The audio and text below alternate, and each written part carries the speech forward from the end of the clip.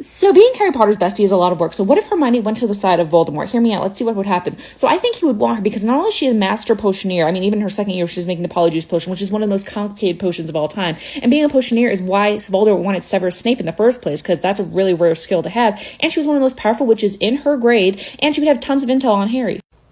But in terms of why she would go to the dark side, I think the only way is if Voldemort had her parents and was threatening to, unalive them if she didn't join their side, because she obviously loves her parents. I think he would have had her join him right after the Triwizard Tournament, and then from then on use her as a double agent like the Pettigrew and the Potters, and I don't think Harry would have made it past Order of the Phoenix without her. Hermione would have been able to convince Harry that the visions from Voldemort are real, and then be able to isolate him from Dumbledore's army, making it even easier for them to win in the Ministry of Magic, and Dumbledore was already isolating himself from Harry, so he was even more vulnerable.